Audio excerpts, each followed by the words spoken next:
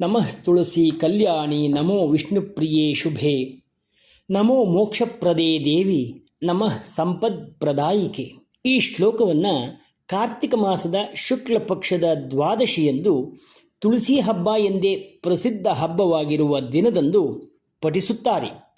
ಭಾರತದ ಋಷಿಮುನಿಗಳು ಪೂರ್ವಜರಿಗೆ ಇದ್ದ ಅಪಾರ ಆಧ್ಯಾತ್ಮಿಕ ವೈಜ್ಞಾನಿಕ ಜ್ಞಾನ ಸಂಪತ್ತೇ ಇಂತಹ ಆಚರಣೆಗಳ ಮೂಲ. ಪುರಾಣಗಳ ಪ್ರಕಾರ ರಾಕ್ಷಸ ಜಲಂಧರನನ್ನು ಸೋಲಿಸಲು ಶಿವನು ಹೂಡಿದ ತಂತ್ರ.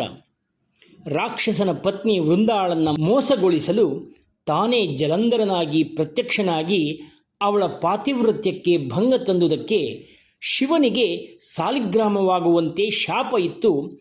ಅವಳು ಅಗ್ನಿಗೆ ಆಹುತಿಯಾಗುತ್ತಾಳೆ. ಪತಿವ್ರತೆಯಾದ ವೃಂದಾಳ ಚಿತಾಭಸ್ಮವೇ ತುಳಸಿ ಗಿಡವಾಗುತ್ತಾಳೆ ಅನ್ನುವುದು ಪುರಾಣ ಪ್ರಸಿದ್ಧ ಸಂಗತಿ. ಚಾತುರ್ಮಾಸ ಎಂದು ಕರೆಯಲ್ಪಡುವ ಆಷಾಢ ಮಾಸದ ಶುಕ್ಲ ಪಕ್ಷದ ಏಕಾದಶಿಯಂದು ವಿಷ್ಣುವು ಯೋಗನಿದ್ರೆಗೆ ಹೋಗಿ ಕಾರ್ತಿಕ ಮಾಸದ ಶುಕ್ಲ ಪಕ್ಷದ ಏಕಾದಶಿಯಂದು ಎಚ್ಚರಗೊಳ್ಳುತ್ತಾನೆ ಎನ್ನುವ ಇನ್ನೊಂದು ಸಂಗತಿ ಪುರಾಣದಲ್ಲಿ ಉಲ್ಲೇಖವಾಗಿದೆ. ದೇವರೇ ಮಲಗಿ ನಿದ್ರಿಸಿಬಿಟ್ಟರೆ ತಮ್ಮನ್ನು ಕಾಪಾಡುವವರು ಯಾರು, ಕೆಡುಕುಗಳಿಂದ ಪಾರು ಮಾಡುವವರು ಯಾರು ಎಂಬ ಭಯದ ಪ್ರಶ್ನೆಗಳು ಕಾಡುವುದು ಸಹಜ. ವಿಶ್ವ ಚೈತನ್ಯ ಸ್ವರೂಪಿ ಮಹಾವಿಷ್ಣುವು ಎಲ್ಲ ಜೀವಿಗಳಲ್ಲೂ ಇದ್ದಾನೆ. ಜೀವಿಗಳ ವಿವೇಕವನ್ನು ಎಚ್ಚರಿಸುವ ಸಂಕೇತವೇ ಮಹಾವಿಷ್ಣುವನ್ನು ಎಚ್ಚರಿಸುವುದು.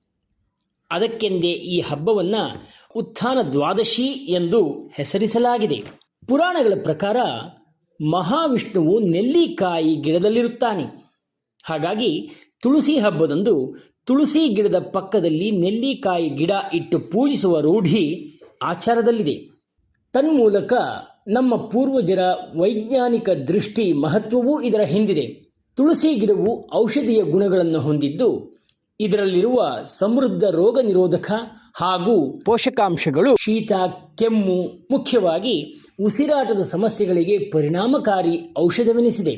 ಕೀಟನಾಶಕ ಗಿಡವೂ ಆಗಿರುವ ತುಳಸಿ ಆಸ್ತಮಾ, ಬ್ರಾಂಕೈಟಿಸ್ ಮೊದಲಾದ ಕಾಯಿಲೆಗಳಿಗೆ ದಿವ್ಯ ಔಷಧವೆನಿಸಿದೆ. ಋತುಮಾನಕ್ಕನುಗುಣವಾಗಿ ವೈಜ್ಞಾನಿಕ ದೃಷ್ಟಿ ಬೆರೆಸಿ ಪುರಾಣದ ಮೂಲಕ ಮಾರ್ಗದರ್ಶನ ಮಾಡುವ ಭಾರತದ ಪೂರ್ವಜರ ಜ್ಞಾನ ಸಂಪತ್ತು ವಿಶ್ವಕ್ಕೆ ಮಾದರಿ.